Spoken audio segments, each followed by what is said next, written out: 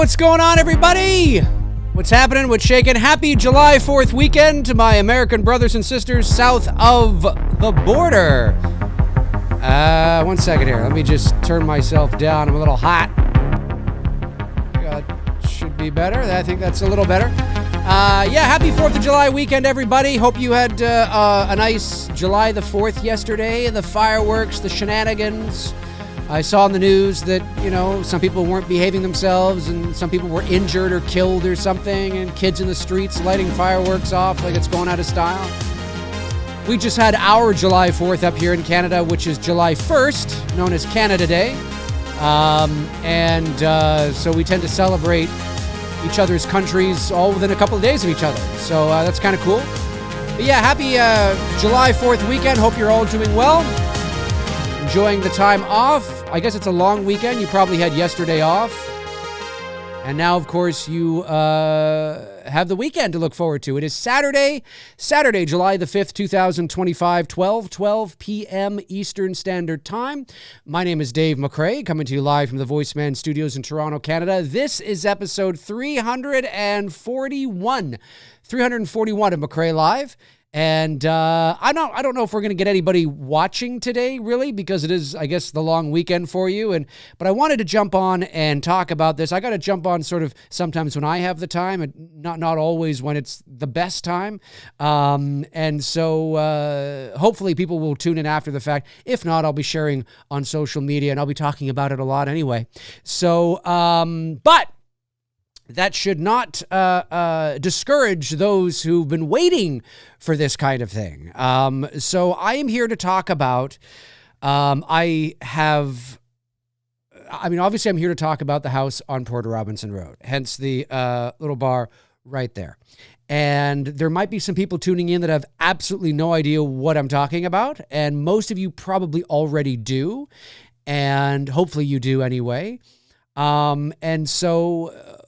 Over the last few months, I have reached out on social media, whether it was Facebook or in the YouTube community section, and asked you guys if I were to launch a crowdfunding campaign for development, and that's a distinct distinction there, which I will talk about in a moment.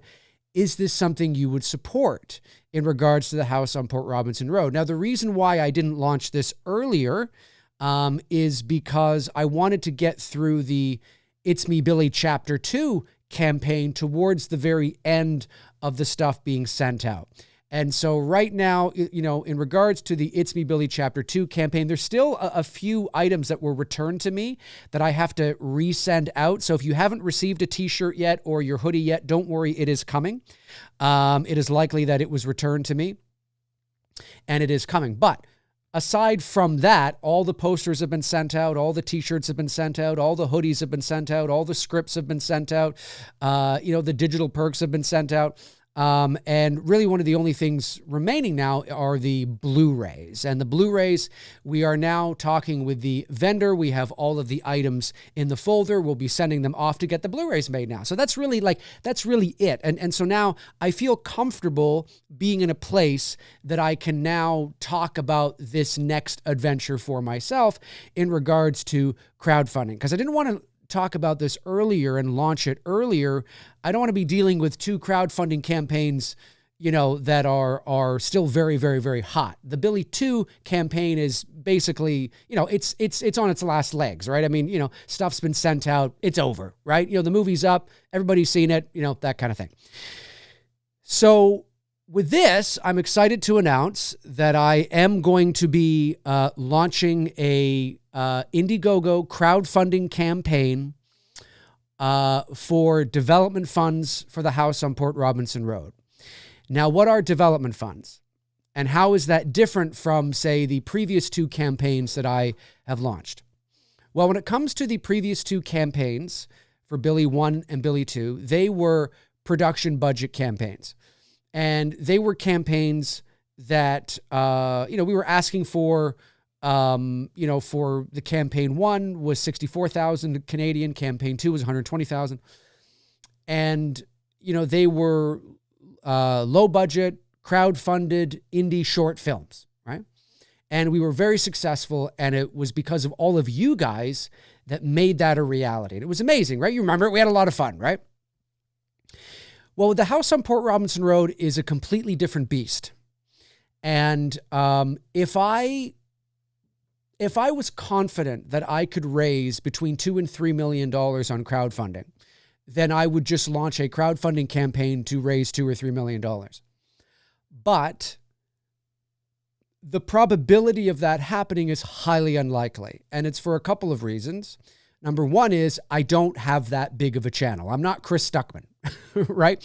I think he raised over $1 million on Kickstarter just by having reach, right? And now, of course, he's got his movie that's about to be released in theaters. He's got Mike Flanagan on board and Neon, and it's a whole thing. But that is largely because he had gigantic reach.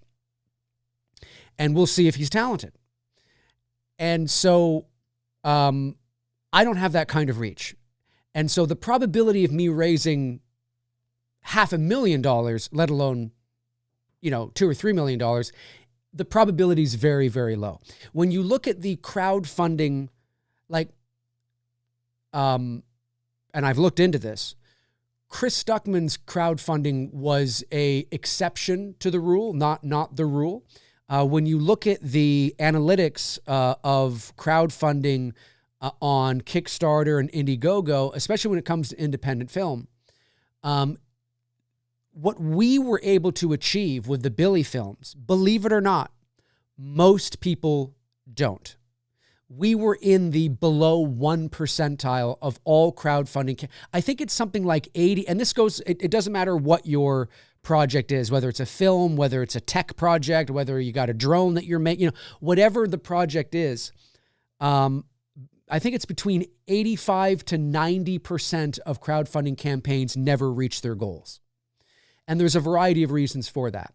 And the fact that we were able to raise across 2 campaigns a total of 220,000 Canadian, about 170,000 US, is remarkable. And that puts us in a very, very, very elite niche category, especially first time around, right? We're not having to run like 6 or 7 campaigns to do it, right? And so, when you extrapolate that and you look at now to jump from, say, 220,000 to 3 million is a huge, gigantic leap, right? It's asking a lot, especially when my reach really hasn't grown and I don't have that big of a following like Chris Stuckman. If I had 3 million followers, well, maybe. So that is the main reason why this isn't a crowdfunding campaign to raise a production budget for the movie. Because although I haven't had a line producer go through the script with me, which is part of the reason for the development funds, I on my own did a preliminary breakdown of all the departments and, taking into account, unions and fees and cast and crew and the whole thing. And it was preliminary. It wasn't actuals. It was preliminary, just kind of, a ballpark. And it probably will cost between $2 and $3 million to make this movie. And so, which makes sense. And in the world of movies, that's still incredibly low. I mean, that's very, very, very low, right? But in the world of indie movies, that's pretty high, when you don't have the, the backing of a studio. So, so that is the reason why I thought, and I've sought some advice on this too from trusted people that I know. And that is why I thought, well, I probably can't raise $3 million, but I could probably raise $30,000, right? Maybe $40,000, right? And that would be great for development funds. So what are development funds, right? Well, the project is in development. The script is done. I have a lookbook / pitch deck kind of hybrid. It's done. I mean, I'm always refining it, but for all intents and purposes, it's done. And so development is an incredibly crucial part of production. Or part of the overall sort of journey. And so for me, what I would be able to do in raising funds for development would be things like I can hire a concept artist, right? I can get some concept art, right? I can get some beautifully professionally produced concept art for specific moments, and scenes that I really want to be able to illustrate in the lookbook or when pitching to investors or, producers, right? I can start to get in place the legalities of it, right? So, speaking with an entertainment lawyer and making sure that I have all my ducks in a row and making sure that, because although the house on Port Robinson Road is not meant to be a franchise, it is of course, that's what John Carpenter thought. It was supposed to be one movie. Boy, was I wrong. This is a bit different, though, because this is not a slasher movie. But it is intended to be a one and done kind of thing. It's not, it's not that kind of a thing where it's like, the house on Port Robinson Road, part 10. It's like, no, like it doesn't, But that being said, at this very moment, I own the IP at this very moment, right? And that could be not necessarily sequels, but anything, branding, right? T-shirts, whatever, right? And so it's important that, like, because I don't know where this is going to go, right? I'm not saying it's going to be big. I'm not saying that. I'm just saying I don't know, right? So I need to have all my ducks in a row. And there is an entertainment lawyer who I talked about this. He probably doesn't remember because it was nearly 20 years ago, but I talked to him about this very project. And we also worked with him on It's Me, Billy Chapter 2, because obviously we were dealing with SAG-AFTRA and Olivia and her contracts and all that kind of stuff. Didn't come to fruition, of course, as you know, but we were still dealing with them. And they're great. He's fantastic. Him and his lawyer partner at their firm is just, is fantastic. So, but of course, you got to pay for this, right? So I want to make sure that all of my legalities, that I am protected when I start to approach, financing, investing, all that kind of stuff. And that I have somebody in my corner who understands the things that I, that I have in my contracts and all that kind of stuff. And so that's very important. Things like travel expenses, right? I mean, if I have to travel to Los Angeles, if I have to travel to New York, if I have to travel to Vancouver, if I have to travel to the UK, if I have to travel to Australia, wherever, right? In terms of, like, maybe there's a meeting, right? There's a meeting that there's somebody, because in the world of independent film, if every independent filmmaker could just crowdfund $3 million, we'd all do it. But we're not all Chris Stuckman. And so, generally speaking, usually when you're indie and you're doing a big project like this, the funding comes from, unless there's a studio or a production, company that just sees eye to eye and is like, this is amazing, we get it, let's know, we're all in, like a Neon or an A24 or something, you know what I mean?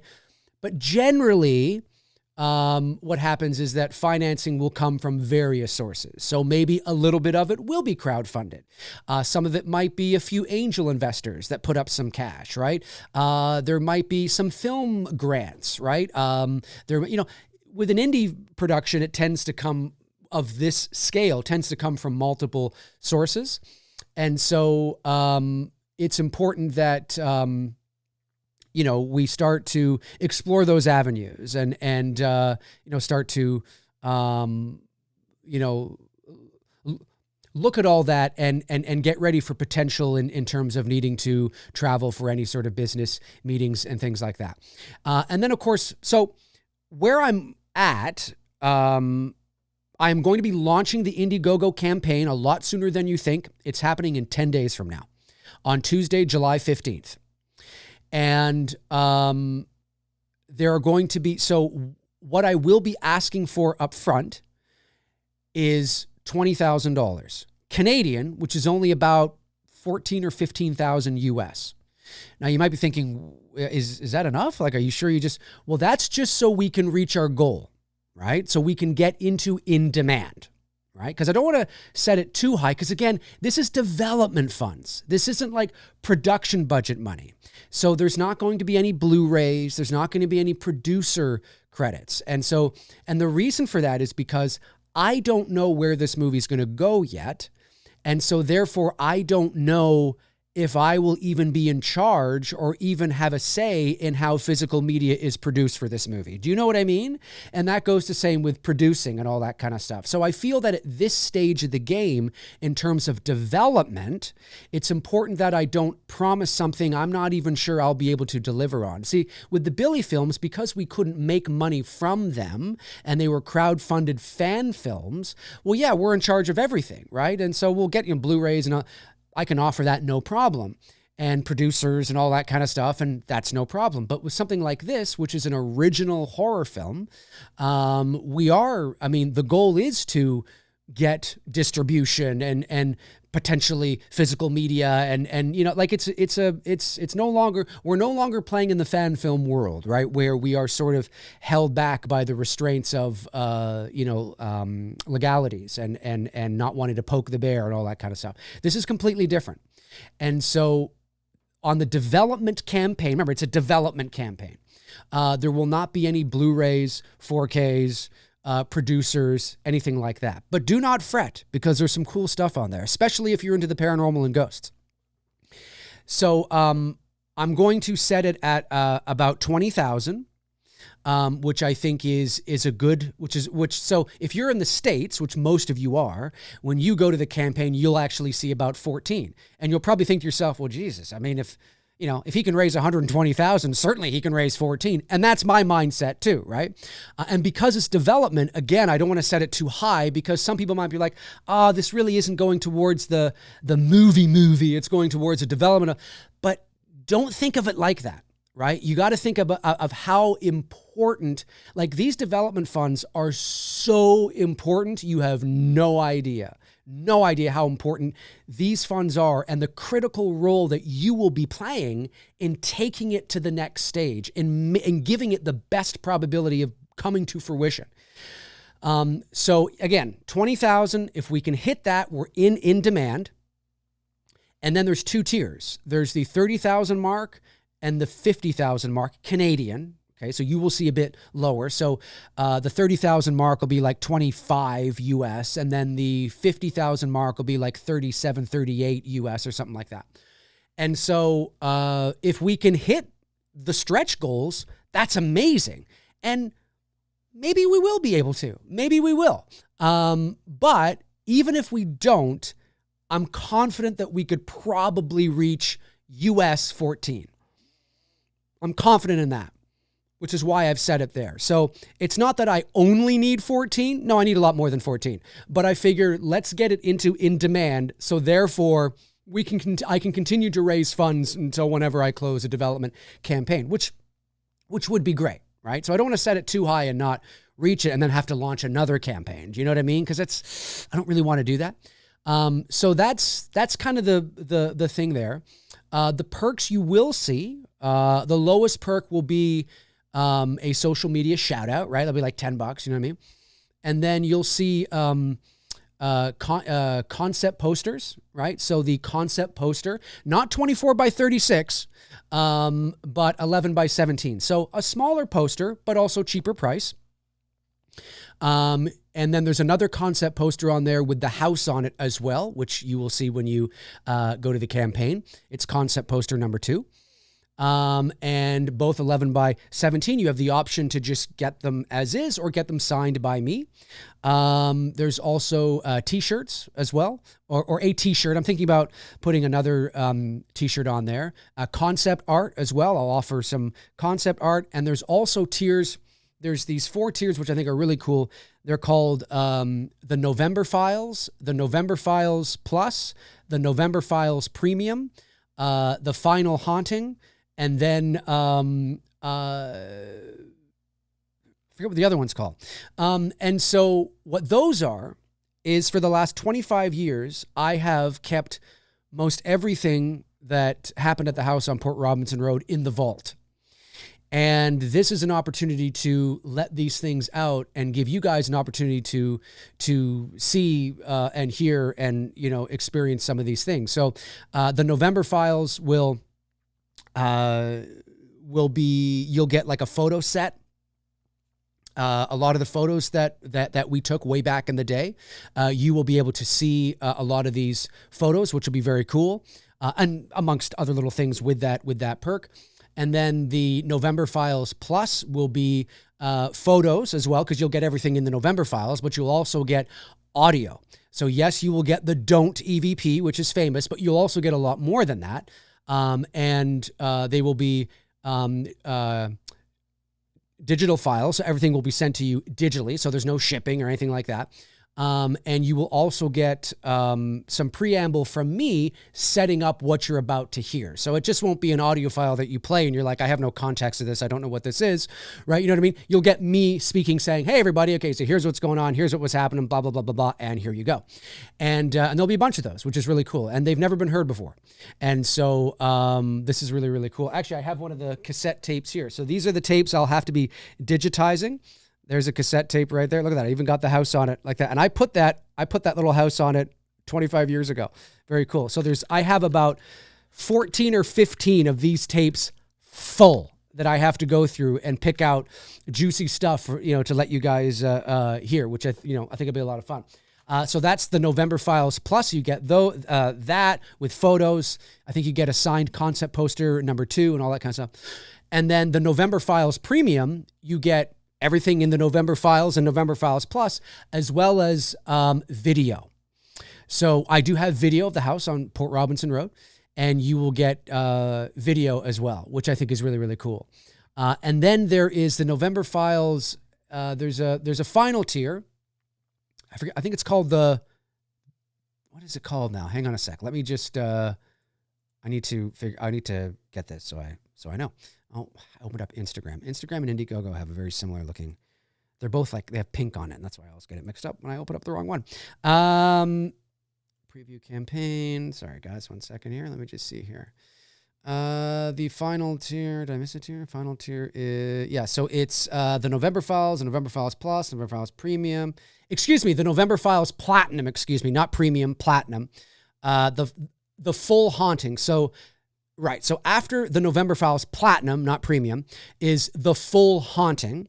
And that's everything, all the tiers leading up to that, including a private Zoom call with me, where I walk you through some of the lookbook as well and share my vision and what. Now, it's not something you have to take part in. You don't have to, of course, because there could be potential spoilers when going through it.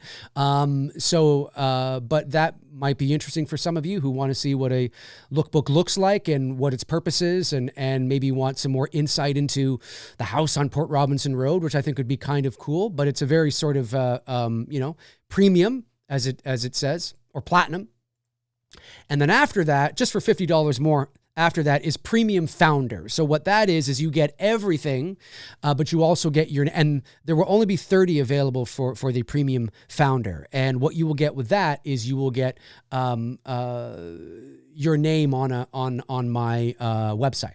So my official website, DaveMcRaeOfficial.com, there will be a page dedicated to this film, and your name, will and if we get all 30 to take the perk, then 30 names will be there, which I think will be kind of cool. So that's just the premium, sort of that extra bit if you wanted to go that extra mile, which I think is kind of cool. And so I'm thinking about a few other little things, but at the moment, those are the perks that I am that will be on the development funds campaign. So again, for some of you that might be like, that's not as exciting as, there's no Blu-rays, there's no, my name in the end credits. And it's like, well, not yet, because I don't know what's going to happen with that.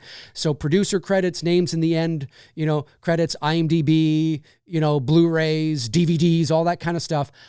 I don't feel I can offer at this moment because I really don't know if I'm even going to have a say in physical media distribution, right? Because I still don't know where the financing is going to come from, right? And I mean, I had a wonderful time cutting my own trailers for the 2 Billy films, right? And we were in charge of everything. We were the filmmakers, the directors, the writers, the producers. We were the studio, and we could do whatever we wanted in terms of marketing. But that's not, depending on where this movie goes, that's not necessarily going to be the case for me. I would love to be in charge of everything because I'm so picky and I know it's got to look like this and don't show this. But at the end of the day, most filmmakers in my position who don't have a lot of seniority have absolutely unequivocally no say in how their film gets marketed. David Gordon Green had absolutely no say on how those Halloween movies got marketed. And so, unless you're Scorsese, Spielberg, or Nolan, you probably are shit out of luck. And so, those are some of the sacrifices you make in order to get your movie made, right? It's like, well, do you want $5 million or not? You know what I mean? And it's like, and so there's wonderful things about not having to worry about money when you're working with a studio or a production company, but you also have to compromise and realize that you have to give up some of that creative, freedom in order to be able to get the movie made. Of course, when you're a completely independent movie and you own everything, you do whatever the hell you want. So because I don't know those things yet, I thought it was more responsible of me to not offer those things yet, right? But who knows? I mean, maybe, depending on where this thing goes, maybe there'll be a situation where, where I can. But I still think this is really cool. Especially if you're into paranormal and you're into ghosts and you're into the unknown and the supernatural and all that kind of stuff. This stuff is right up your alley, man. And you're helping me bring a dream to the screen. And, for all of you, and again, all of you have been amazing, supporting me over the years. I sincerely mean this. Again, if you're just joining me, the Indiegogo Development Funds campaign will be launching on Tuesday. I believe it's Tuesday, July 15th. And this is for the purpose of raising funds to further the development of the project. And if I can raise 50,000 Canadian, then I also might be able to do a concept teaser trailer promo kind of, conceptual kind of piece, which would be amazing, right? But it all depends on how much we raise. There are stretch goals, like I said, of 30 and 50. That's Canadian. Again, that will look less to you in the US. But I think it's achievable. I think it's doable. And it's going to help me hire a line producer to go through the script. It's going to help me, bring on key crew members, maybe have some early casting talks, maybe even get a name attached to the project to help sell it a bit more. There is one particular character in the movie that I think could absolutely be a name. I don't mean an A-list star. I just mean like, oh, cool, right? You know what I mean? And of course, that always helps when there's a name attached. That always helps, people perk up, take notice. It could get your foot in the door talking with people who you ordinarily wouldn't be able to because, so-and-so's attached to it? Oh, that's interesting. I'm not saying that's going to happen. I'm just saying these are the kinds of things that these development funds could be used towards. There's all kinds of stuff. And one of the most important things, of course, is bringing on a line producer to be able to go through the script with me and break it down, what's achievable, what isn't. Because what they would do is they would break down the script as is and say, as is, this is how much your ballpark, this is probably what your movie's going to cost. And then I look at that and I go, oh God, like imagine if it was like 7 million. I'd be like, oh, okay. We need to figure out something here, right? I mean, we probably need to bring that down unless there's a production company or studio that comes on board. It's like, no, don't worry about it. Here you go. But again, the position I'm in right now, I can't rely on that. I have to approach this as if I'm doing it myself. And then in that journey, in doing it myself, if we create a pitch package that is so attractive, like the goal of these funds is to create a pitch package at the end of the day is to create a project and a pitch package that is so attractive that it's so hot, it's so attractive that people perk up and they want to know more about it. They want to get involved. They want to get invested. What is this about? All that kind of stuff. Now, one of the hard things for me, of course, is is it's not a slasher movie. So therefore, The House on Port Robinson Road doesn't have a brand face. It doesn't have a slasher villain. It doesn't have a hockey mask. It doesn't have a William Shatner mask. It doesn't have a Art the Clown. I don't have a main antagonist that is brand. And we can sell that. We can sell that on T-shirts and Funko Pops and posters and talk shows and all that kind of stuff, because The House on Port Robinson Road is a different kind of film. And it's not a slasher movie. And so now, because it's based on true events from my second year of college 25 years ago, and because I've been working on it off and on for 25 years, and I know it so well, I become the brand. I become the biggest champion of it. And all of you too, all of you guys as well. But I'm the face, right? And so, me becoming part of that identity and that brand is so, so important. And I said this on Wolfman's Got Nard show the other day. I think if it wasn't for The House on Port Robinson Road, I probably wouldn't be ready to step into a feature-length film directing solo yet. I would probably want to direct another short solo, because remember, the two Billy films, myself and Bruce directed together. But of course, I have desires to direct solo. Bruce has, desires to direct solo, and we have other things we'd love to do, together, right? And so if it wasn't for the only reason why I feel ready for this film now is because I know it so well. I have a very clear vision for what this film is, and just as importantly, what it isn't. And I think because of that, that's why I feel comfortable and ready to potentially, we don't know what the road, is going to offer, but potentially this be my first feature-length film. And what a way to do it. It's I know the story. So, I've written it. I've lived with it more than half my life. And so if it wasn't for that, I probably would be like, maybe I'll direct a short film first solo and then move on to something. But I feel ready for this. I feel more ready now than I've ever been. The script is done, and I'm very proud of it. I think you guys, if you like moody, atmospheric, tension, suspense, horror that has depth, that is emotional, things like that, then this is right up your alley. What The House on Port Robinson Road is not is Friday the 13th or Terrifier or Halloween or Elm Street. It's not a slasher movie. There's no blood, guts, and gore. And, it's not that kind of movie, right? I made a social media post yesterday. A viewer of mine by the name of Richard Poirier, I think that's how you say that, had asked me, if you had to describe The House on Port Robinson Road in terms of other movies, what would it most be like? And I sat there before I made the post and I thought, God, there's so many I could choose. But in terms of, and this is just in like vibe, tone, like the neighborhood that this story walks through, for mood and atmosphere and tone, it's like, The Others meets, you have The Others, The Witch, Long Legs. I'm not saying it's like those in terms of story. It's nothing like those in terms of story, but tone, vibe, right? It's the kind of story where the environment itself unsettles, right? When there's nothing particularly creepy happening on screen, but just the environment, just the whole movie just feels eerie, right? And that, so it's that kind of thing. And it's scary and it's moody and it's atmospheric, of course. But it also has an emotional undercurrent of films like Contact from 1997 and Arrival, not the Charlie Sheen, The Arrival, but, what's his name? Denis Villeneuve.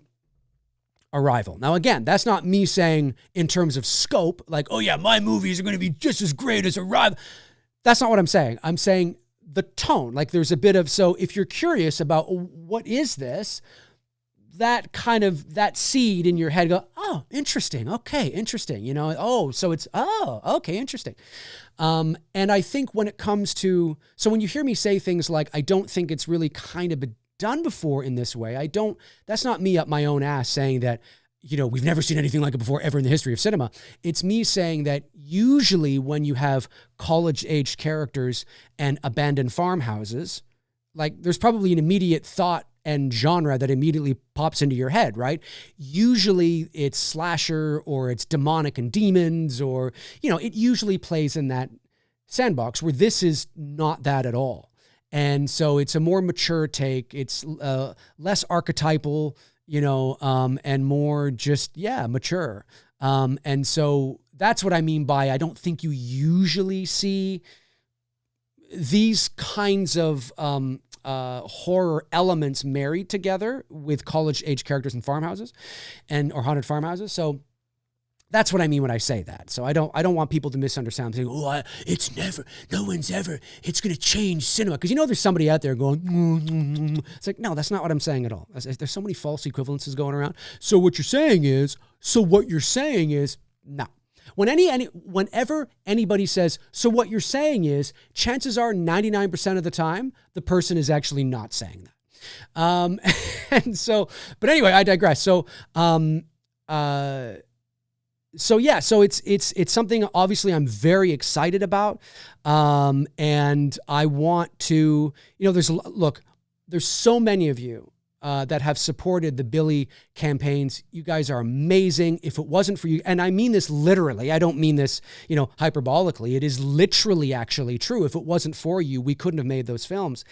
But I also know there's a lot of you out there that have been waiting for this moment, that have been waiting for an original film from me. Not a fan film, not based on any pre-existing IP. This isn't Halloween. This isn't a Halloween fan film. This isn't, you know, It's Me, Billy 3. This is an original horror film, feature-length film by me, based on true events from my second year of college, which is pretty cool.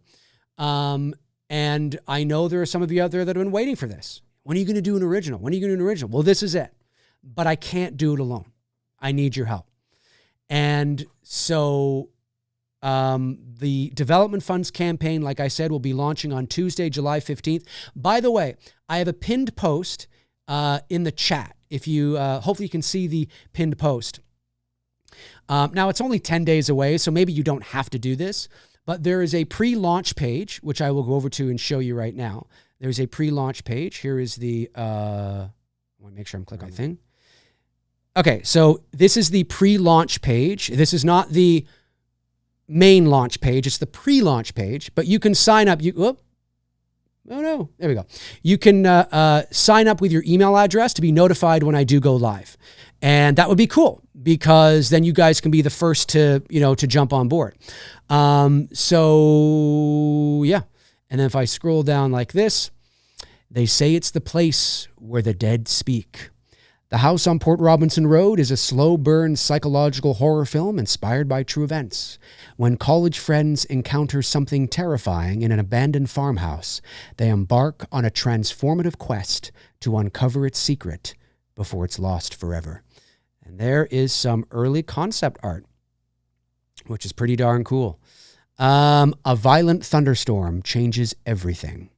A thunderstorm marks the turning point. When the veil lifts, reality bends, and the group's terrifying experience deepens, and their true journey begins. And so the story behind the story, there's a video here which I will share on YouTube. Maybe I'll post it today. I'm not sure, or maybe maybe I'll post it today actually. But this is the story behind the story. In this video, I share a glimpse of the real life story that inspired the film, and lets you hear and let you hear one of the clearest EVP recordings you're ever likely to experience. Of course, if you follow me for any length of time, you probably already heard it. But that is there. And then help make a film 25 years in the making a reality by signing up. You'll also receive the latest updates and news from the campaign. So this just, look, I know it's only 10 days away, and usually people sign up for these things when it's like, you know, a couple of months out or something. But listen, It's a crazy world out there, and even 10 days can make you forget about this, right? I mean, I'm locked in. I'm thinking about this every waking moment of every, day, but you aren't. And you get busy, you get working, you've got wives and husbands and kids and, t-ball and soccer, and it's the summertime now and, vacations and stuff. So now you don't have to worry about it. And so you just sign up and you'll get notified immediately when the campaign goes live, and then you can jump on board. And I'm hoping that we can reach our goal. Like I said, the goal, I've set it lower. Ultimately, I would love 50,000 Canadian, which is about 37,000 US. And I think that's absolutely achievable, but I'm a little worried because obviously this is a development funds campaign, not for the production budget. So psychologically, some viewers might be like, oh, well, it's not for the budget of the movie. Yeah, but folks, this is really important. To get in on this stage, this is so we can get to that. Without development funds, it's only going to make it that much more difficult for me to make the film a reality. It's only going to make it much more harder for me to gain interest, to pitch the idea, to pitch, all of the material. Like right now I have a script and I have a lookbook, and that is great, but I need to get people on board. I need to, and I already do have some, but I need to hire certain people and to, refine everything. And like I said, if we can get to 50K, then I also will likely do or I might be able to do, depending on what's happening at that time, but also be able to possibly do a concept trailer, a conceptual piece that can help illustrate visually the tone and the mood and all that kind of stuff. So that is the pre-launch page right there. And by all means, feel to sign up. I'd really appreciate it. The link is pinned to the chat at the top, and I would appreciate it very, very much. Very, very excited about this, guys. This is, I've said this before. If I only ever do, obviously I hope to direct many films in my life, but if I only ever direct one feature-length film, and I hope that's not the case, but if I ever only direct one feature-length film, this is it. This is a very personal piece for me for a number of reasons. It's I understand that, I'm a bit biased because obviously, and I'm emotionally close to it. So I understand all those things. But that doesn't make it any less important to me. And as important as the Billy films were, and I'm so glad we have them because we were able to showcase what we could do on a limited budget. We made both movies combined, we made a $220,000 film look like a $5 million film, and that's not easy to do. But that's because we took it seriously. We surrounded ourselves with the right people. We delivered on our promises. You can trust me. I deliver on the things that I say I'm going to deliver on, and I'm so thankful that I have those two films as well, terrific portfolio pieces, right? But, and this is not any disrespect to that journey, because those films mean a lot to me. But this film is, this means more to me than anything, and than those two films, of course, because I've lived with this for so long. And for those of you that might be curious, why did it take me so long to write the script? Well, I wasn't consistently writing for 20 years. I obviously would take breaks and things like that. But like I said the other day on Barry's show, I said, I always knew that I was smart. Like I always was smart enough. I believed I was smart enough to know what the story needed, but I wasn't yet wise enough, old enough to be able to implement it. So, The House on Port Robinson Road, as you know, is a psychological elevated horror drama, right? And, but that's not because elevated horror is hot right now. I have been writing this like since I was 26 6 years old, and I'm 46 now. And so although psychological horror has always existed, this wave of elevated horror and A24 and Neon, I mean, that wasn't a thing 20 years ago. And so, you know, it's just a coincidence that now the kind of movie this is actually quite attractive now, right? So I've always wanted it to be what the film is, always. It was never a slasher. It was never The Conjuring or anything like that. And that's no disrespect to The Conjuring. I love The Conjuring. It's one of my favorite horror movies of the last 20 years. I love The Conjuring. But this is not that. It's a bit different. And so, but I realized just this past January when I sat down to finish the script, I realized finally for the first time in my life what the nucleus and the heart of the story needed. And I always knew that I always subconsciously knew when I was younger that I think that's what it needed, but I wasn't wise enough. I mean, as you get older, you know, I mean, obviously I lost my parents quite young. I was 32. They were 69 and 67. And you know, I've since that time, I mean, I've been through, you know, relationships. I've lost both my parents. I've, you know, you love and lose and you get older and wiser. I've lost, you know, friends, you know, like, you know, all that, like you know, I'm nearly 50 years old, right, in the next few years here. So you look back and you're a wiser person. Hopefully you're a wiser, smarter person. And, you're able to look at the story and look at things. And because, you know, I asked myself at the beginning or at the beginning of the year, when I sat down to tackle it again, I sat, not from a page one rewrite, but just in terms of going through it again. I asked myself, well, what the hell is this really about? Like, what is this really about? And that's when it hit me. And that's when I knew. And then I was able to finally, for the first time in 20 years, finish it. So, it means a lot to me. The official synopsis, by the way, like the official synopsis will be on the Indiegogo Development Fund's campaign on July 15th. So you'll be able to read the official synopsis. It's 2 paragraphs. And so that'll give you some, you know, a little bit of insight.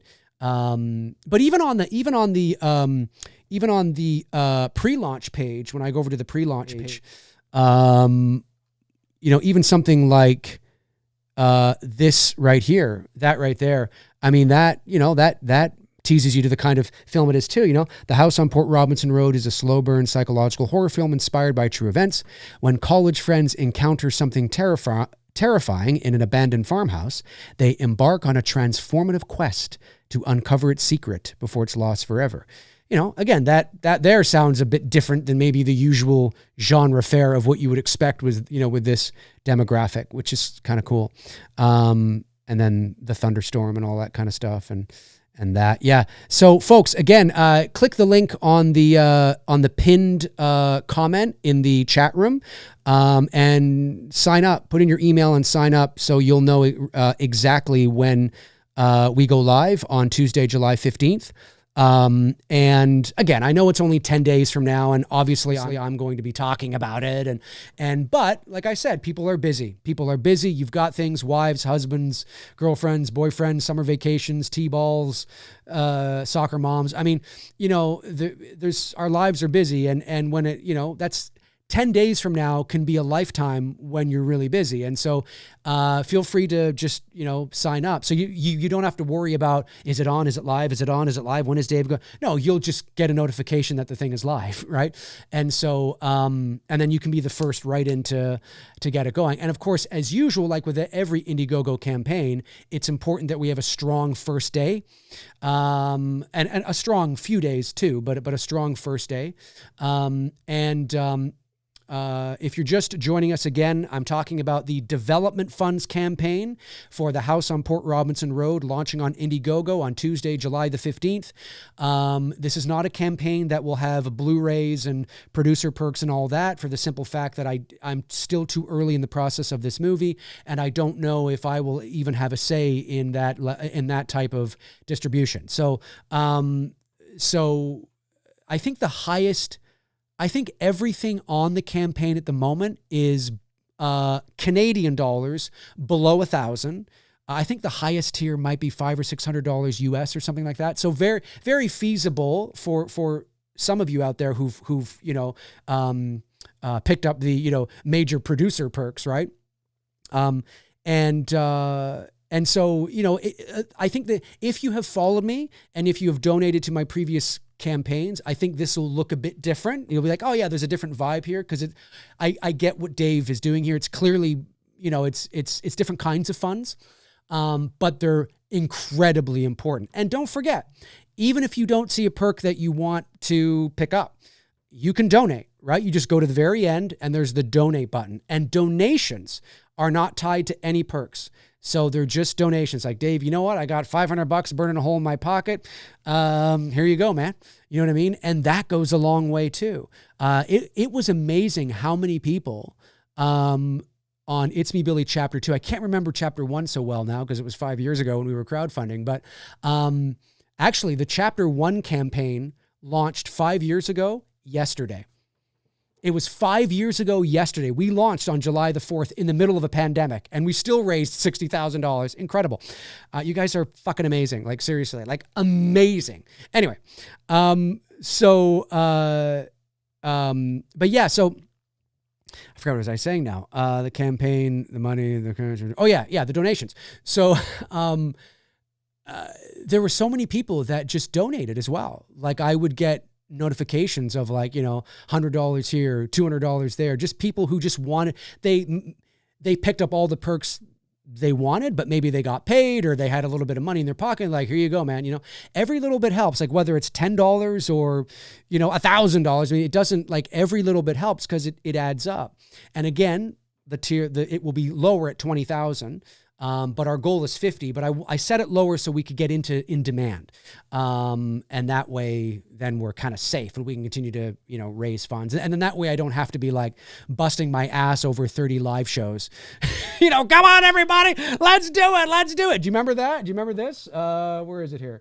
Oh, hang on a sec. Where is it now? Do I still have it on here? I think I do.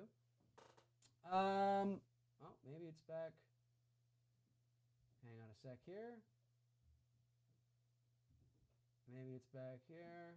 Yeah, this one. Do you remember this? Do you guys remember this? Oh my God, ladies and gentlemen! Yes, yes, yes! I mean, those were the days. Those were the days. But that took a lot of energy. But we did it. We did it. We did it. You guys are amazing. So, obviously I don't necessarily think I'm going to have to do that with this campaign. Although, I mean, if we only raise $5 on the first day, I may have to. But my goal is hopefully not to have to do that, as fun as that is. There might be a few little shows in there. But anyways, I'm going to jump over to the chat now and answer any questions that you guys have about the campaign. Let me know. Again, we're launching on Tuesday, July the 15th. Hit the link in the pinned comment at the top of the chat to sign up so you get notified when it goes live. I'd really appreciate that.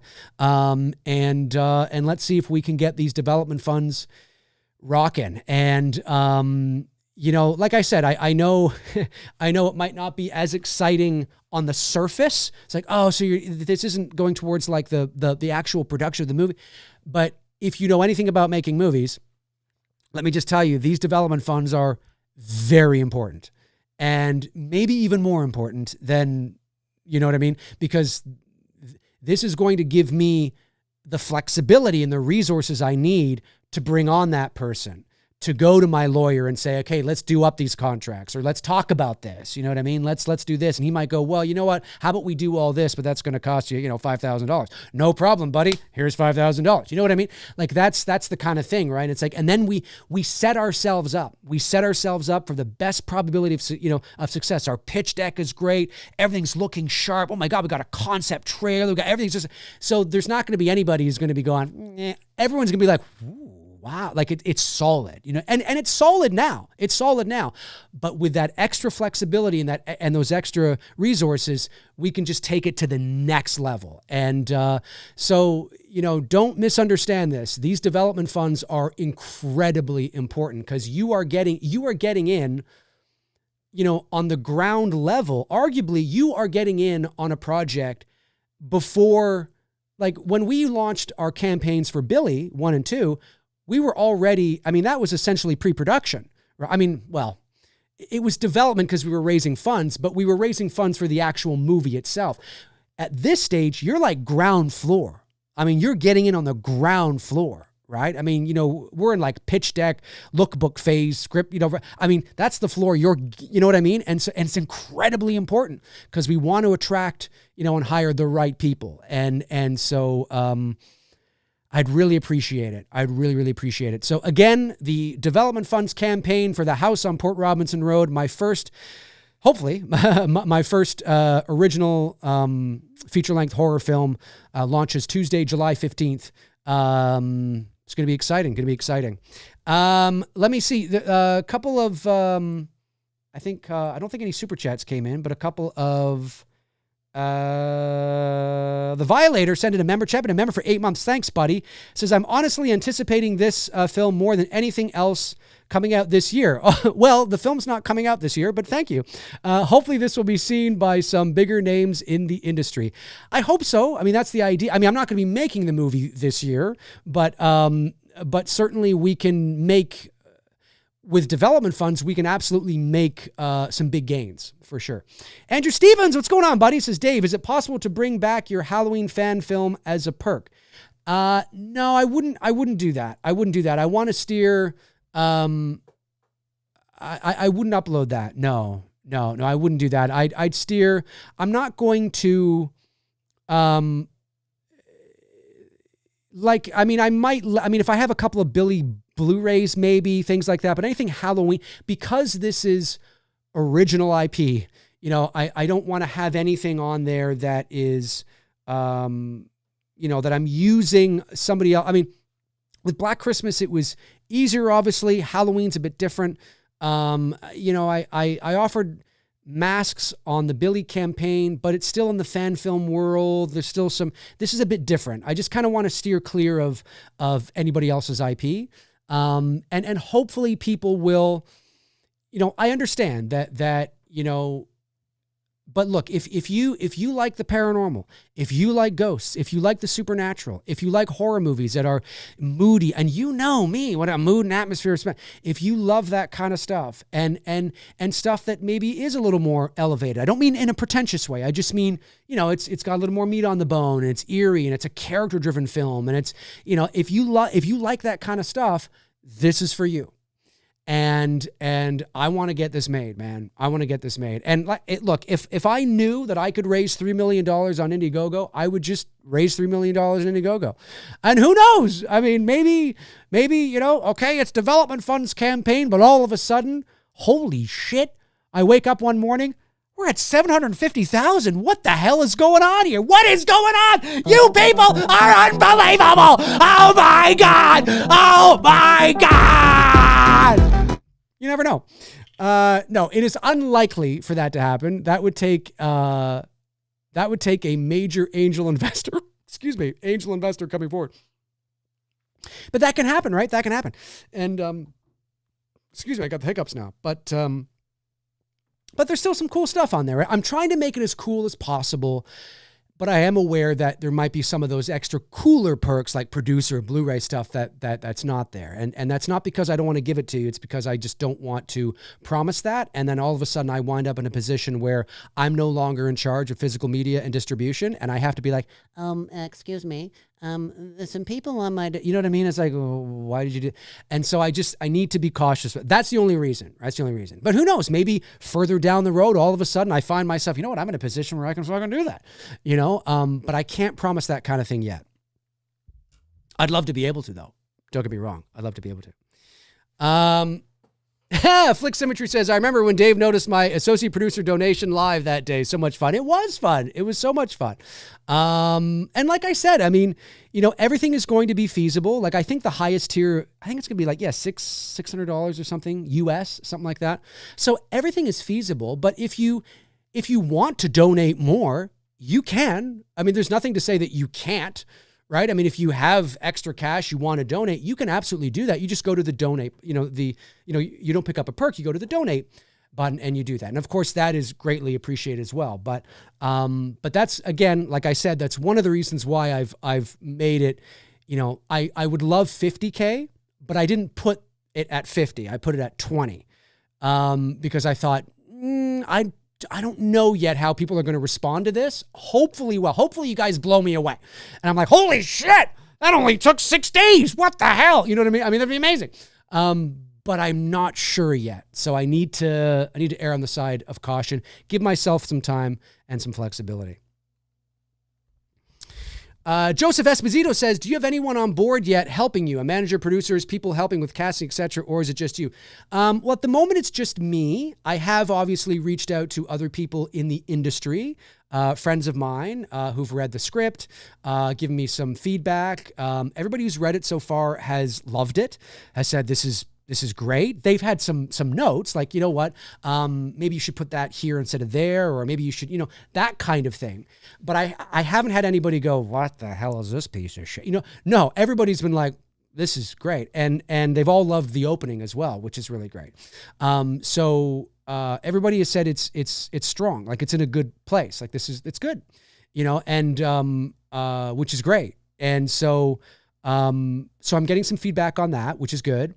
I have spoken to a couple of other people, potentially. But I want to do this the right way. I want to, when I hire a concept artist to do some concept work for me, certain scenes, right? Like I don't want to spoil anything, but like with any movie, there's certain moments in the movie you imagine like that would be a great still frame, right? You know what I mean? That would be a great, and I want to hire a concept artist to do that. I want to hire them to do that. And professional concept artists should be paid for their work, and I want to hire them to do that. And I want to hire them to do 5 images or something like that. And that takes time. Hiring a professional line producer, could cost you, depending on what they're doing and who they are and their, work, that could cost you, $3,000 or $4,000. I mean, it's bringing people on board to get the project in good shape and nurturing those connections. So, I have spoken to some people on the peripheral. There's people that know about it, but at the moment it's just me doing the heavy lifting. And part of the development funds is to take some of that heavy lifting off of me. Right. And be able to now get other people excited about it. And, yeah, good question. Let me see here. Oh yeah. Well, that's true. That's a good point. Evil Alex says you actually did an OG film before, with zero budget and no, pro cams or lights, but I love it. Actually, first thing I saw was, The Intruder. Yeah. Well, yeah, that's true. So there is a movie on my channel called The Intruder. If you just type in Dave McRae, The Intruder, it'll pop up. But it's very much When a Stranger Calls. You could argue and say it's a When a Stranger Calls fan film. You could make that argument because it's basically the first, it's a bit different, but it's basically the first 20 minutes of When a Stranger Calls as a movie. But you're right. It wasn't shot on cinematic grade cameras. It was cinema cameras, they're called. It was shot on it was HD. This is 2011. This is a long time ago. And actually, you know what? It's really good. Like I directed it, wrote it, I filmed it, I shot it. I did the editing and everything. I did it all. Bruce helped with some of the lighting. I had a couple of actors and we shot it over a weekend and it was a lot of fun. And it's actually pretty good. Like I'm proud of it. Like you look at it, you go, yeah, this is low. This is not the Billy films, but this actually does look pretty good. You know what I mean? And so it is original. That's true. It's an original short film, but it's very much When a Stranger Calls. And so that's why I don't this is totally original. This isn't related to anything else. This is 100% original. And I'm very excited about, I can see it. I can feel it. I feel I'm ready for it at 46 years old. I feel that I am ready to step into making this a reality and making this, it's a lifelong dream, of mine. And that's not to say that if an opportunity came up in this process, a professional opportunity came up whether with a studio or a production company, you know, whatever. And they were like, you know, could you direct this first? You know, that I would turn it down. I mean, I'm not, you know, I don't know if that's going to happen. I'm just saying that at the moment, because I don't know if that's going to happen, I am all in on the house on Port Robinson Road, so I can get it. So I am working on the project as if it will be, and it could very well be, the next thing I do. And I hope that it is.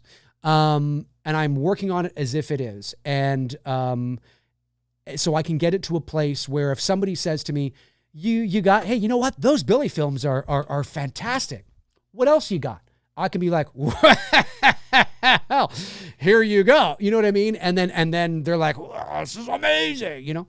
And so, yeah, that's the goal. That's the goal, folks. That's the goal. Let me see here. Matthew Farisi says, you must be so excited to move on to original projects. We can expect it to deliver on mood and atmosphere. That's for sure. I am. I'm very excited. And like I said at the beginning of the show, if you follow me on social media, you've seen that I've been asking over the last few months, would you support a development funds campaign? And it's gotten great feedback. People have said yes, which is amazing. Thank you so much. But I didn't decide to launch it until this month because I wanted to get sort of towards the tail end of all the Billy stuff. Because I didn't want to have two campaigns that I'm still, you know what I mean? So the Billy stuff, all the stuff has been sent out. If you haven't received your t-shirt or hoodie yet, don't worry, you will. If most people have, but I've had a few return to me again. And so I need to get these back out to you. My apologies for the delay. It's coming.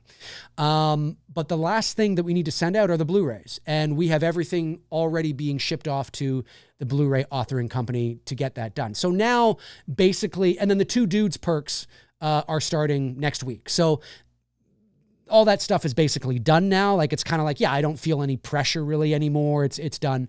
You know, we're very much at the tail end. So now I feel okay about launching a development funds campaign for this now, which I wouldn't have done like at the beginning of the year, because it's like, what am I doing? I have all this other stuff I have to do first. You know what I mean? And so, but it does feel good. It does feel good. What I'm excited about is, and what people often forget, you know, and I wouldn't have had it any other way, but to deliver on the Billy films the way that we did, you know, the reason why they look and sound the way they do, look like, you know, real movies, well, they are, you know, real films, but not fan films in the traditional sense, is because of the people we surrounded ourselves with, the connections we made, the decisions we made, the equipment, obviously, we used, the people we hired, and, you know, being able to approach it from that mindset, like a professional, low-budget indie shoot. But at the end of Billy 2, Bruce and I both said, we can't do this again. Like, people saying, you know, you should do a Halloween fan film that's like that, or, you know, Billy Chapter 3, and there is no Billy Chapter 3. You know, obviously, if you've seen the movie, it ends. But we said to ourselves, there's no way we can work this hard ever again and not get paid. You know, like, we need to now start making original films, like, because it's really a second job. You know, I mean, if we're going to work this hard again, unions and fees and this, that, and all this, I mean, the amount of work it takes is incredible. And so we said to ourselves, no, it's on to original work from now on. And that's exciting because, and it should be exciting for you guys as well, because this is an opportunity for me to work on my first original horror film. I'm not saying you're going to like it. I have no idea if you're going to like it. Who knows? You could watch it and go, this is shit. I mean, you know, who knows? But I'm excited about it, and I'm excited for the opportunity. And what's so exciting is that I can actually, you know, seek distribution, right? Once the movie's all done, whether that's, depending on how it's funded, whether that's theatrically, whether that's, you know, on Prime or Netflix or, you know, wherever it ends up, that's a real reality. It's a real reality. You know, playing the festival circuit, not having to worry about, you know, somebody going, oh, you're a fan film. There are a lot of festivals that play fan films with no issues, but there are some that do have issues. But I don't have to worry about that anymore, right? You know, I could submit it to TIFF. I could submit to TIFF. I could submit it to, South by Southwest, Sundance. I could, all these, and not have to worry about copyright. I don't have to worry about that kind of stuff. I can actually make money from it, for all that hard work, right? And so that's exciting to me, and that's not to say that there isn't value in what we did. There's huge value in what we did. But it is exciting for me to have done the work with Bruce, put in the effort, put in the mileage. We were able to showcase what we could do, and now I'm ready to move on. And that's very exciting. It's very exciting. And fingers crossed that, it turns out well. Hopefully.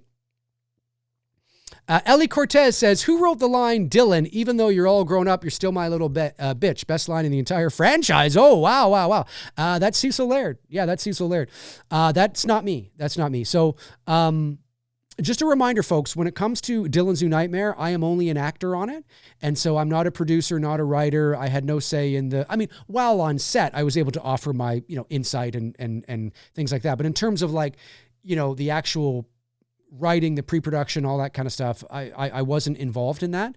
So if you haven't received your Dylan's New Nightmare Blu-ray yet, or DVD or perk or whatever, you have to reach out to Cecil Laird of The Horror Show, not me. Because I don't have access to that. I have no idea what's happening there. But yeah, no, that would have been Cecil that wrote that line.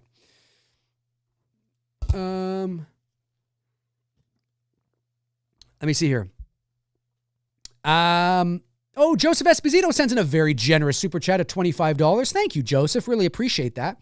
Says, Dave, I've been a fan for a while. Amazing. I'm one of those people you mentioned who have been yearning to see what you can do with with original work.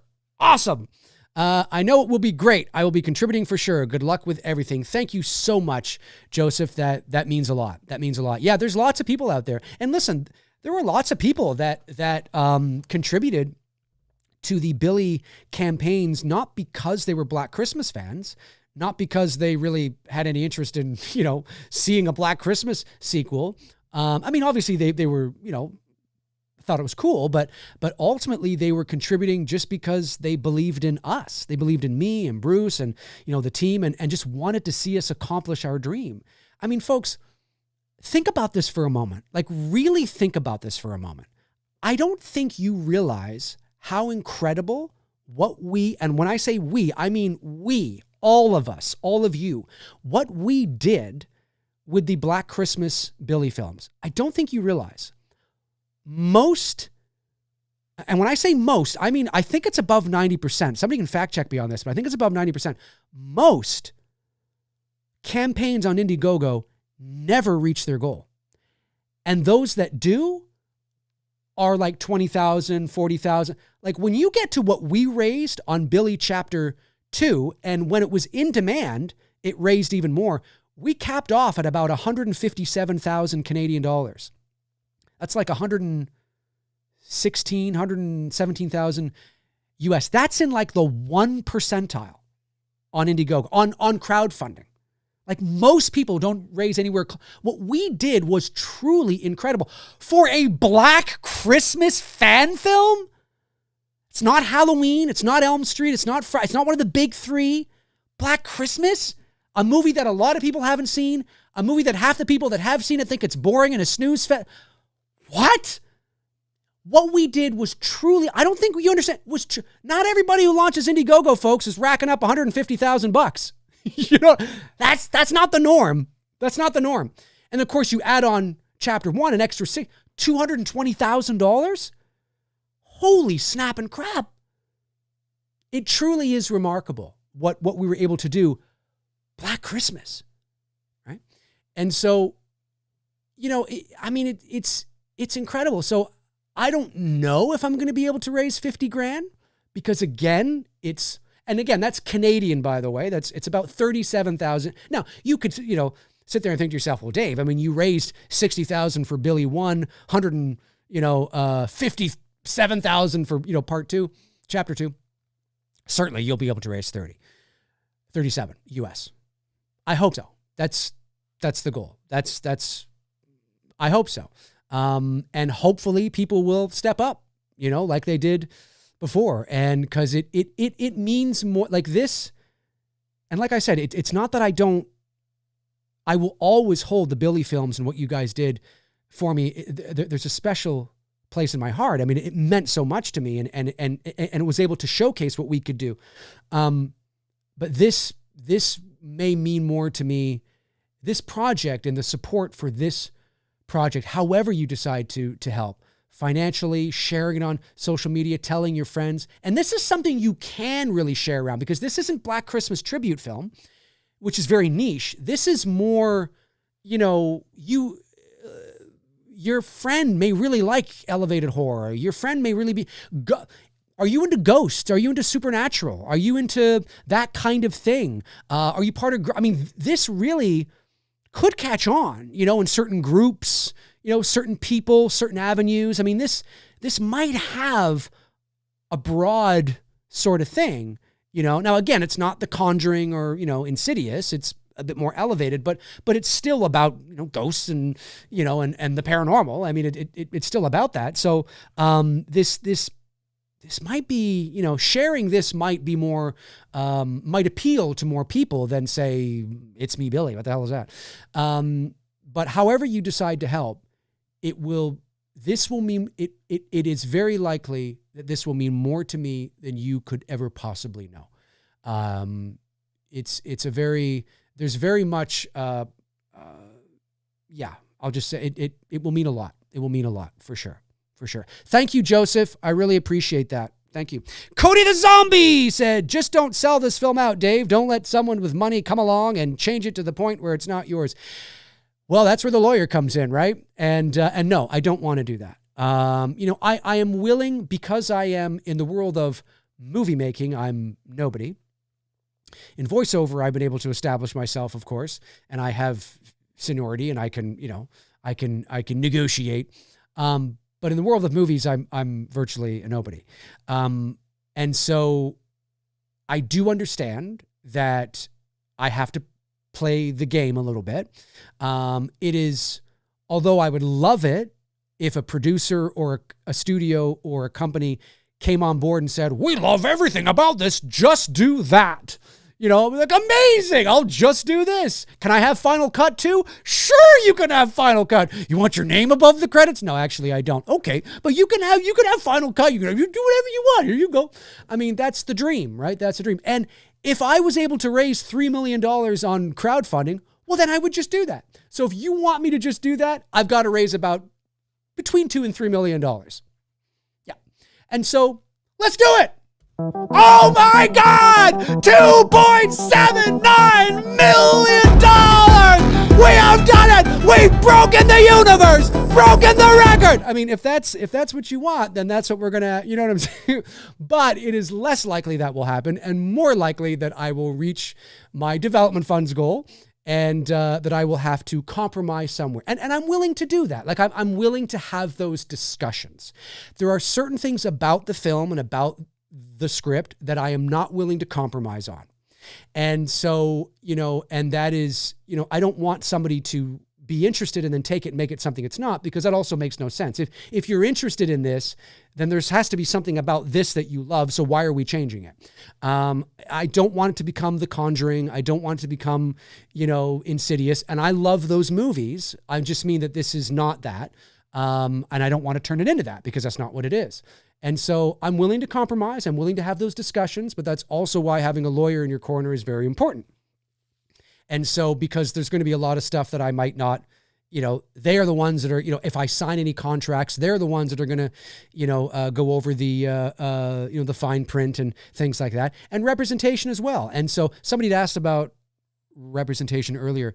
Now I am repped. Obviously I have 2 agents for my voiceover work. I share an agent with Lynn Griffin, who we have the same voiceover agent.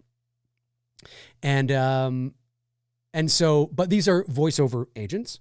And I have explored the possibility of getting representation as writer-director, right? And which there's a couple of agencies I know all the agencies in Toronto. I've been doing this a long time. So there's a few agencies that I'm thinking about reaching out to for that potentiality as well, right? And this is part of that process. So this is the stage we're in, right? And so it's these funds are only going to give me that flexibility to be able to do this. Whereas if and not have to do it all by myself. All by myself. You know you thought it. You know you thought it. I know you did. You know you did. Evil Alex says, Blumhouse presents Port Road 3D, the returning. Listen, okay, so somebody asked me too, is this more Blumhouse? Or I would say, and I'm not, hey, listen, if Jason Blum wanted to have a phone call with me, that is not a phone call you turn down. I don't care if Blumhouse has had some misses recently. They've also had hits. They are also still, although A24 and Neon are up there too, but they're a bit different. Blumhouse and Jason Blum is still one of the big major players in horror. And if somebody was like, Mr. McRae, Jason Blum is online too, I don't have a secretary. What's going on? But that's a phone call you take. It's a phone call you take. You do not take a phone call from one of the biggest names in horror. You just don't. But if somebody asked me, is the house on Port Robinson Road more Blumhouse style or more A24? I would say, it's way more A24. Way more A24. I mean, just look at my concept poster, right? So it is more in that realm, more in that, in that vibe. So, but I mean, listen, you don't turn down calls from anybody, I don't care if it's Universal or, Paramount, Sony, Warner Bros. I mean, you don't turn down, not that that's going to happen. I just mean, you talk to everybody because you never know what they're going to say. They may be like, no, listen, dude, and then all of a sudden you find out that your partner in crime comes from a place that you least expect. You're like, well, I mean, it makes more sense, but I thought I'd end up with them, but they want all this control. But these people, they kind of want to let me do what I want to do. And it kind of makes more sense. You know what I mean? Like there's all, I'm not saying it's going to happen, but you never know what's going to happen. But first things first. I'm nowhere near that stage yet. So first things first. Evil Alex, $1 billion budget with blackjack and strippers. Done. Brandon Collins says, Dave, have you thought about crowdfunding a trailer? It might drum up some interest for potential investors. Yes, well, that's part of the stretch goals, right? So on the campaign, like I said earlier, the goal is 20,000 Canadian, about 15,000 US, but I have a stretch goal of 50,000 Canadian, about 37,000 US. If we can get there, maybe even pass it a little bit, it puts us in a really good position to do exactly what you said. Nothing major, nothing crazy, maybe a one day or, weekend shoot or something, but something that I can rent the cinematic grade camera, and I can get Greg Bennett, DP from Billy, and I can hire some and we can go out and we can shoot something, you know what I mean? Take a scene or not necessarily a scene, but a moment from a scene from the script or something. I can just, whatever, exactly what you're talking about. And that is on the campaign. That's part of the stretch goal. So yes, I agree that, ultimately, I mean, can it still work without it? Yes, because I feel that my lookbook and pitch deck are strong. And again, I think I'm part of that brand. I think I'm part of being the seller, we don't have an Art the Clown to sell itself. Right. And so, I think the kind of horror movie it is, and me and the story, about how, it's just, I'm part of the brand. And so it's going to be up to me to really sell it. But you're absolutely right. A conceptual concept trailer or promo for, tone and things like that would absolutely be helpful for sure. 100%. 100%. A24, just call Dave. It's a match made in heaven. It is. I'm telling you, if anybody from A24 is watching, let's do it, baby. Nobody's watching. Let me see here. Did I get all the, I think it was just the one super chat. Did I get the member chats that came in? I think I did. Again, folks, if you're just tuning in, please hit the link in the in the pinned chat. That'll take you over to the pre-launch page. The pre-launch page looks like this. This is the pre-launch page. I think it even says pre-launch somewhere. Somewhere it says that. Help make a film 25 years in the making a reality. Another dimension of consciousness awaits. And they say it's the place where the dead speak. That's actually, here's a little bit. That's an actual line from the movie. There you go. Ooh, you got some insight. You got some insight into the film. There you go. It's an actual line from the film. And so, yeah, so just this is the pre-launch page. Some concept art there. And Violent Thunderstorm. And this is the story behind the story. This is a 5-minute video. This obviously is unlisted at the moment, so you don't see it on my YouTube page yet. But I think I am going to share this maybe when I get off here today. I'll share it as well because I don't want it to. There's something else I want to share. Oh no, that's still a week away. That's a week away. Oh, I'll see. I'll make up my mind later.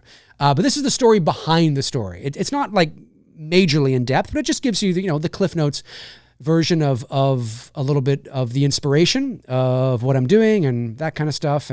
And that's on the page as well. And then you sign up there with your email address. And I know that the official launch, like I said, is only 10 days away, but people are busy. People do stuff. And if you sign up, you will get notified as soon as I go live. And I'd really appreciate that. Cody Zombie stars in his own movie, The House on Port... Oh, I star in my own movie, Port Robinson Road Legacy. We want at least 6 sequels to this movie, Dave. Yeah, that's... like I said, it's it's not a... it's not a film that I hope it never... Well, listen, I mean, if I don't know where the money's going to come from, right? I don't know. Hang on. I'm sitting on a cushion. I don't know. If I control everything, like how Damien Leone controls Art the Clown and Terrifier, then I can assure you there will never be a sequel. But if I don't own everything and control everything, if this movie is a huge success and people love it, I'm sure. But you know what? But maybe not. Maybe not, because it's very clear. Because of the kind of story it is, when it's all over, it's over. And that's not a spoiler. That's just me saying it's that kind of movie. It's not like you need The Others 2, or like, you know what I mean? The Witch 2, or there are some horror movies out there that just have a beginning, a middle, and an end, and the story's complete. And that's the movie. That's the story. Slasher's different though, right? Because you have bankable, brandable antagonist. This doesn't have that. You know what I mean? So it's not that kind of a story. And so, you probably couldn't sell too many The House on Port Robinson Road Funko Pops. I'm just saying. Although you never know. I mean, maybe. I mean, who knows? Who knows? I'm open to discussion. I'm open to the royalties.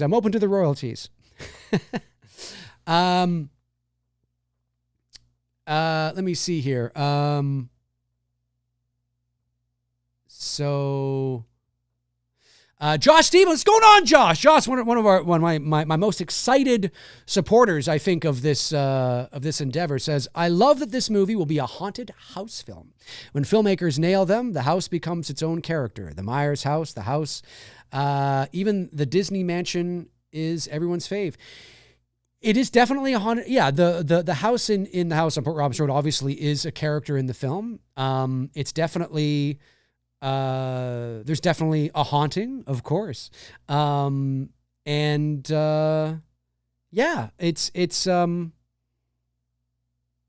there's so many things I want to say. Like I said, the official synopsis will be released on July the 15th.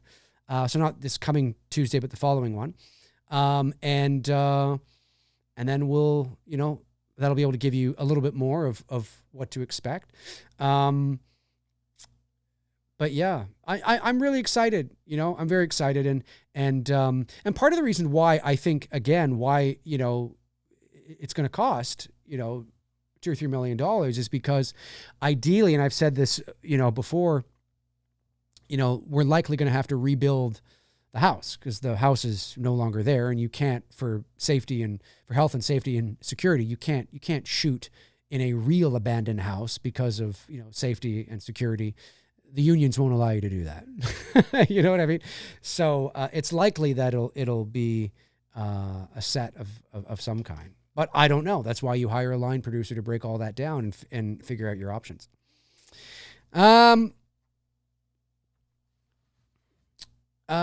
Nicholas says, thoughts on the Friday the 13th TV show supposedly confirmed for Peacock. Well, I've talked about this. It's not supposedly. It is happening. They're shooting it right now. It hasn't been supposedly in probably about 2 years. Or no, a year. I'd say a year, because when Brian Fuller left, it was a bit tricky there. But yeah, no, I'd say it's been, there are BTS photos from the actual shoot. So I'm excited for it. And I'm hoping that, I'm hoping it's good. I'm very excited for it. Thopper, Bloodlines. Yeah. Oh God. Or maybe, you know what? Maybe at that point, I'm disgruntled in my old age. I'm just like, oh, amazing thing happens. I just hold out my hand and a check just falls into my hand. It's absolutely amazing. Absolutely amazing. You never know. Scared Straight Productions says, Dave, thoughts on A24 letting a 17-year-old director's first feature based on his own horror creation, The Back Rooms. Is he 17? I thought he was 19. I mean, that's pretty marginal at the end of the day. I think he's 19. I think he had to be of age for labor laws, I think. But, yeah, I mean, it's pretty incredible. It's not that is quite young, but Spielberg was 21 or 22, I think, on Duel. He was like 25 or 6 when he shot Jaws, 27 maybe. I mean, lots of young, but yeah, that is quite a, excuse me. I don't know what the budget is for it. Maybe it's not that much. Maybe it's low risk. So if it doesn't do anything, they only spent like $2 million on it or something. I don't know. But it's pretty cool. I mean, I'd love to be in his position. Anybody would. Yeah, that'd be great. Working with A24 and because the house on Port Robinson Road is very much up its alley, for sure. But that doesn't mean it has to be A24, right? It could be anybody who wants to take a crack at it. Love the pic of the actual house. It looks so mysterious and very eerie and kind of sad. Yeah, I'm glad you noticed the kind of sad. Yeah, that is the real house, by the way, folks. I've shared this image on social media before, and I think, not a scene. Sorry, hang on a sec here. And I think some people, Barry thought it was a stock photo that I had just, looked up on online, but it's not a stock photo. It is the actual photo of the real house, which is, let me get it here. Hang on a sec. I thought I had it. Oh, there it is. This is the real house. I took that photo. In November 2000. That's a photo I took. And, it was the very first time I was ever at the house in November 2000. And, there's so much character, it's, I think it was built in the 1870s, if I'm not mistaken. And that is it, folks. That is the real house. That is not a stock photo. And would I love if I had the production budget to build the house to look exactly like that? Yep, I would. I would want the house to look exactly like that. Whether it will or not, I don't know, but my goal is to have it look, to be in the spirit of that, for sure. And as you can see, it's not a big house. It was a small farmhouse. I mean, houses back in those days were built smaller. When we were in there, the doorways were smaller, the stairs were narrower, there was no basement, there was just a foundation. So it was just 2 floors, a top floor and a main floor. But there's so much character. I mean, this looks cinematic. I mean, this looks like it was, like I could see this photo becoming classic, and iconic if this movie does well, Like it's just, I don't know, maybe that's just me. Maybe I'm overthinking it, but it's such a cool photo and there's so much character. Like you said, there's so much, that you can, read from this. And so, yeah, that's not, so whenever you see that being shared, just know that that's the real house. My uncle painted it. My uncle Doug painted it. I have the painting right here. My uncle, who's an amazing artist, he painted this in 2003 and he gave it to me. He painted that picture. There it is.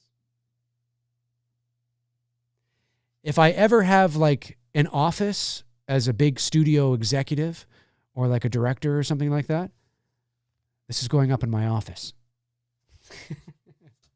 Totally, 100%. But yeah, that's the real house.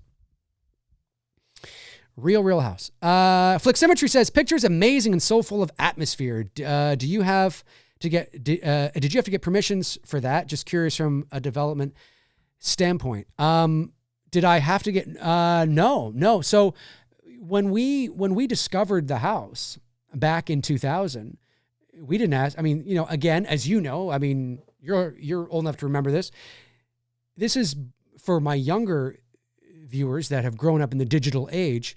This is November 2000. So this is before smartphones, before social media, before ghost hunting television shows. There were always ghost documentaries and things like that, but Ghost Adventures, Paranormal State, Ghost Whisper, the explosion of the interest of ghost hunting in the early to mid 2000s. This was way before that. And so, this is before 9/11. This is how long ago this was. And so, no, we didn't, we just went over. And were we trespassing? Yes. Were there any signs telling us not to? No. And if there were, then they were off their, marker in the field or something like that. So technically we were trespassing and we probably shouldn't have been there. But that field is, it's just a field now because the real house burned to the ground in February of 2002. And now, that was 23 years ago. Now it's all overgrown and everything. And the owner of the property was an old Italian guy who lived not too far away. He's dead now. He was 72 or something at that time. And he died about 10 years later. So he's gone. So I don't know who owns the property, like the actual field or the property now. I have no idea. But we're not going to be shooting over there. It's unlikely that I will actually shoot the movie in the real location. So I don't have to worry about permission for that or anything like that. No. And I own these photos. I took them and there's nobody alive now that, it's not like anybody's going to bring me up on charges. What, because I trespassed 5 years ago? Get the hell out of here. That's not going to happen. It's not going to happen. It's not worth the fight. But yeah, no, there was, it was pretty cool. The trespassing aspect makes it even more intriguing. Yeah. Yeah. It's not really it is. We were. And we knew we were, but there wasn't any sign telling us not to. But like I said, it may have been there, but nobody cared, it seemed. And we went over there a lot. A lot, so, yeah, I don't know. Does the house burning down play into the film story? I cannot confirm nor deny. And that's not me saying yes. It's just me saying you have to wait and see. Brandon Collins says, you could leverage AI technology to basically previs the whole film ahead of time for very little money. It would be a very cost-effective tool for streamlining pre-production. That is true. And I think using AI as a tool in that regard can be very effective. But I also like to nurture relationships as well. Worst case scenario, yeah, you could absolutely do that. If you have absolutely no money. But I want to be able to start to bring people on board and to start to nurture the relationships, meet new people, bring familiar faces on board, make a network of support, which I think is really, really important. But yes, if you have nobody and you don't know what to do, you could do that. The tools are there to do that. That is true. All right, I'll go another 5 minutes. Go another 5 minutes, and I'll call it a day. And considering it's 4th of July weekend, I think we had almost like 95 people in here at one point, which is terrific. If 95 people all donated, well, they'd have to donate at the top tier. There's 71 people in here right now. Hypothetically, let's say 71 people all donated towards the top tier. And I know that 71 people won't, necessarily all be able to afford it. I understand that. I just like to do these things because it's fun. If 71 people donate to the top tier is, well, I'll put it in Canadian bucks. If 71 people donated to the top tier, we'd have $56,800 Canadian. We would have done it. So that's all it takes. Of course, the top tier is probably in American, probably about 600 something bucks. So, it's a lot cheaper than what you saw on the previous campaigns, but still, $600 is, $600. And there's lower tiers as well. Do not fret.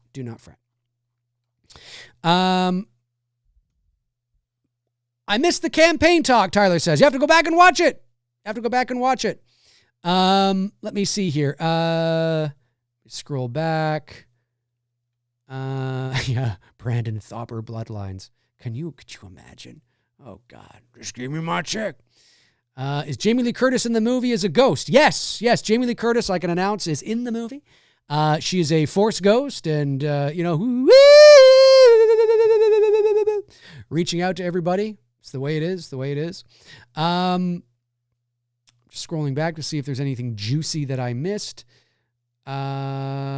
Yes, Olivia Hussey was a big part of that. Yes, she was. Yes. Speaking about how we were able to finance Billy Chapter 2, that is true.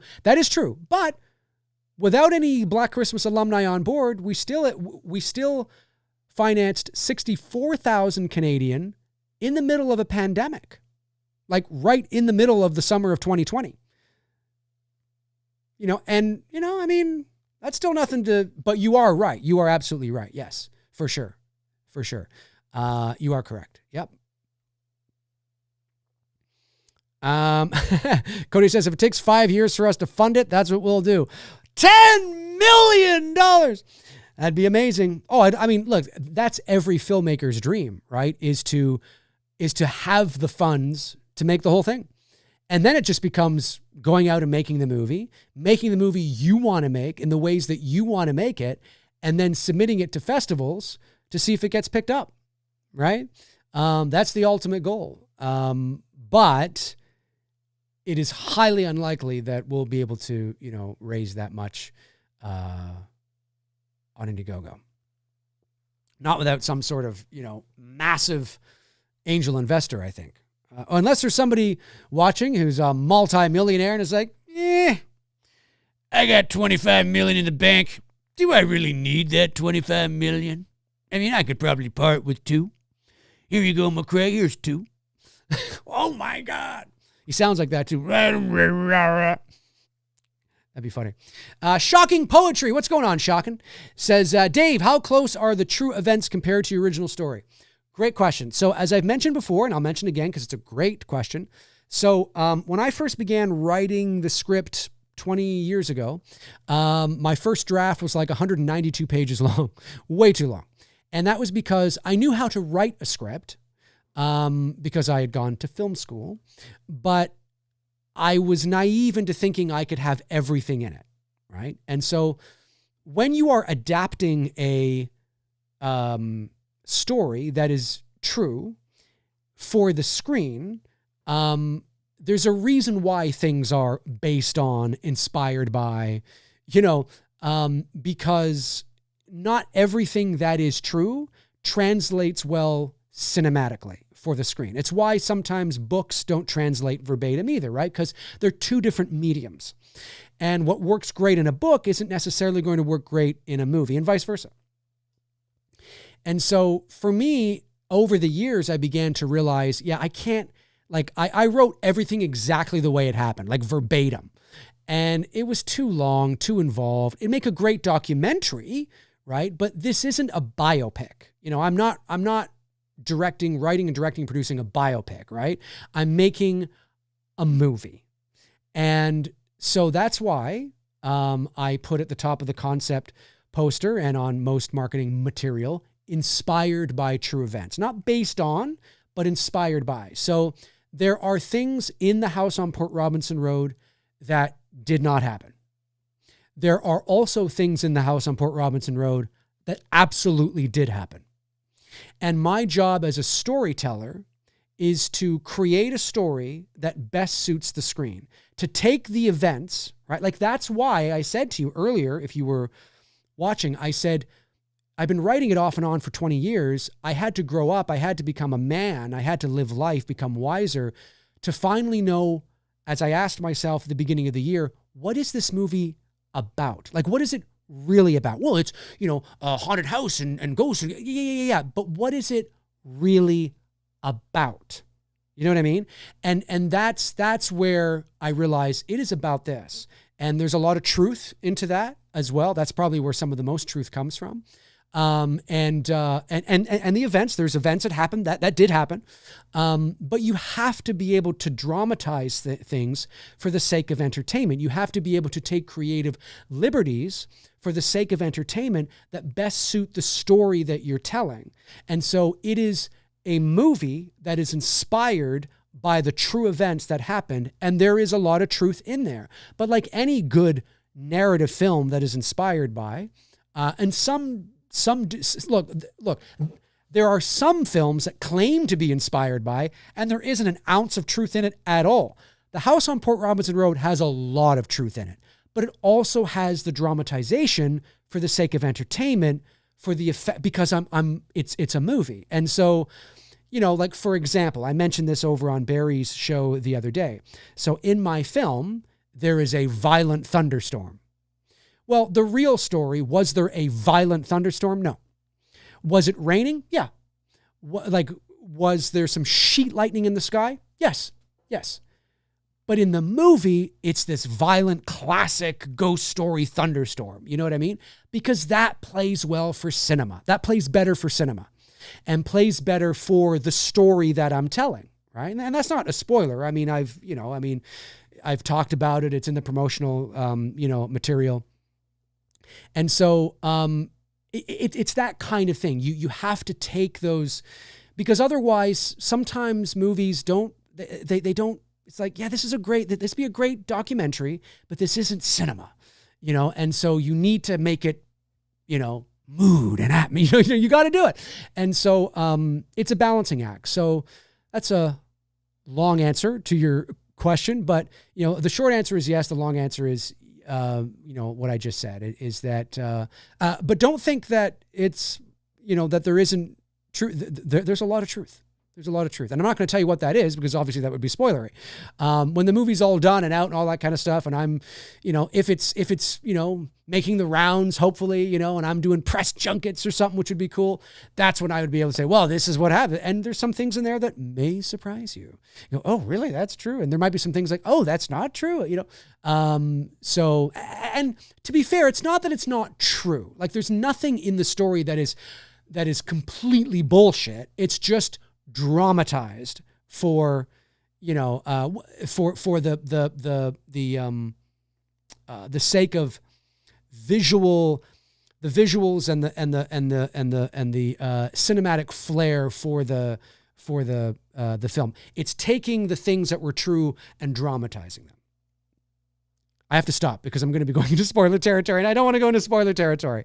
So yes, but I think you're going to love it because it's pretty darn fucking cool, if I do say so myself. The Violator 862 says, so when's the announcement that Harrison Ford is playing the main teen role? Next week. Yeah, he's the main teen. Josh Stevens, thanks Josh, says, Dave, this is so exciting. Would you ever do a theory stream, maybe after the first trailer drops, where we can theorize about the film? No spoilers. Yeah, no, hey, listen, if I'm in a position where I can do that, and again, I'm allowed to do that, I'm not contractually obligated not to do that, I would totally do that, 100%. I think it would be, I think it'd be fun. I think it'd be fun to do that. Chester says, will there be sound designs and music the music from YouTube, or will it be composed? No, this is all like original stuff, guys. Like this is all, it will all be original, original music, original composer, everything. This is not a fan film. So this is the big leagues. Like it's a, you know what I mean? We're moving up now, and I'm gonna do everything I can to, like I said, if I only direct one movie in my life, one feature film in my life, and I hope I direct many, this is it. Because it means to me a lot. I think it's a great story.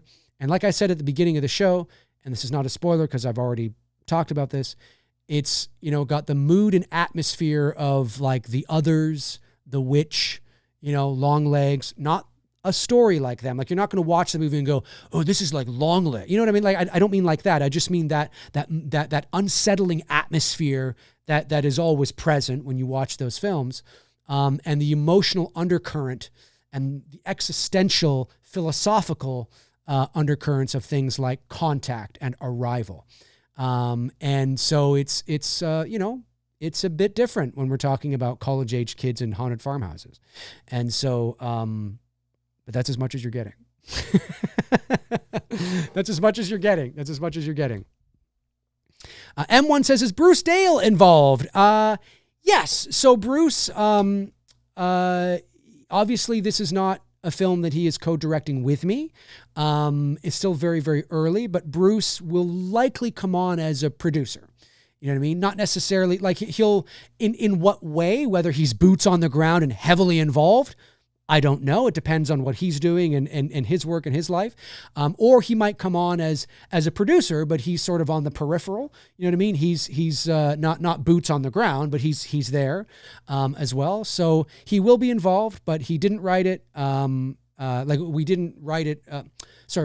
We didn't write it together, and we're not directing it. So it is mine. And he has his solo projects that he wants to do too. So, we'll see that. We'll see what happens. All right, folks, listen, that is going to do it for me here on this episode of McRae Live. I want to thank you all for tuning in. Happy 4th of July to my American brothers and sisters south of the border. Hope you are having a wonderful long weekend and you're staying safe out there. Out there? Why did I say it like that? Maybe it's because I'm getting all Southern. And it's 4th of July, man. Out there. There, that's better. Thank you for tuning in. I really appreciate it. And hit the link in the pinned post in my in the chat room there to sign up so you're notified when we go live on Tuesday, July 15th for the Development Funds campaign for the house on Port Robinson Road. Every little bit helps, folks. I really appreciate it. This is such an important part of the step, and it is only going to allow me the flexibility and the resources to take it to the next level and get this really going, because I'm ready to do this. I'm excited to do it. And the vision is very, very clear. If you like these kinds of movies, I think you're going to love this kind of movie. I think it will be quietly unexpected where it goes. And if I can do it in the way that I see it, which is always the thing, isn't it? There's, as they say, there's the movie you write, the movie you shoot, and the movie you release. So, I don't know. But if I can, I think, and I'm a bit biased, I know, but I think it's really going to resonate with a lot of you. I think if you like this kind of horror. If it's not your jam, if you're just like, fuck that guy, I want slasher and fucking Jason. Well, and that's totally cool, but then this is probably not your jam. But maybe you can still support me anyway. Maybe you can still support me. All right, folks, listen, have a great rest of your, I was going to say Tuesday for some reason. Have a great rest of your Saturday. Stay safe out there, and I will talk to you all very, very, very soon. All righty. In the meantime, and in between time, I will talk to you soon. Cheers.